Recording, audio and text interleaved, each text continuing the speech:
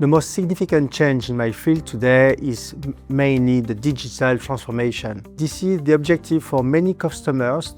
Today the industry is struggling to turn into reality those projects of digital transformation for many reasons, mainly for the change of the organization and also the change in the technology. Working with data from production is today still a big challenge in the pharma industry, and that's why bringing new technology with LLM, with AI on the operative technology part, on the data from processes, is key for the time to market improvement. If we want to talk with concrete activity, in pharma we have a lot of deviation, which is the non-quality, where we have to write different documents, and often we write documents from scratch.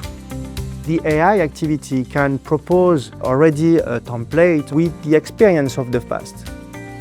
We have a team who work with no AI solution, who write a deviation in 2 hours. And we compared with another team with new generation tools like AI, and they wrote this document in 20 minutes.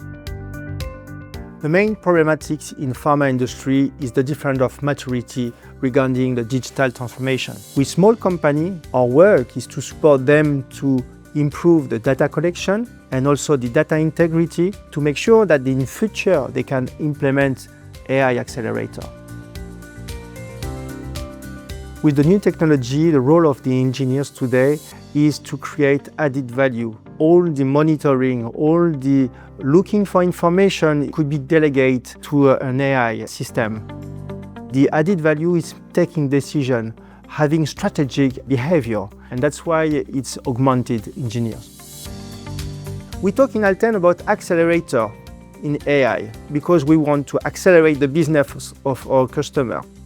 And this is really simple to implement, and we just see the added value after a few months.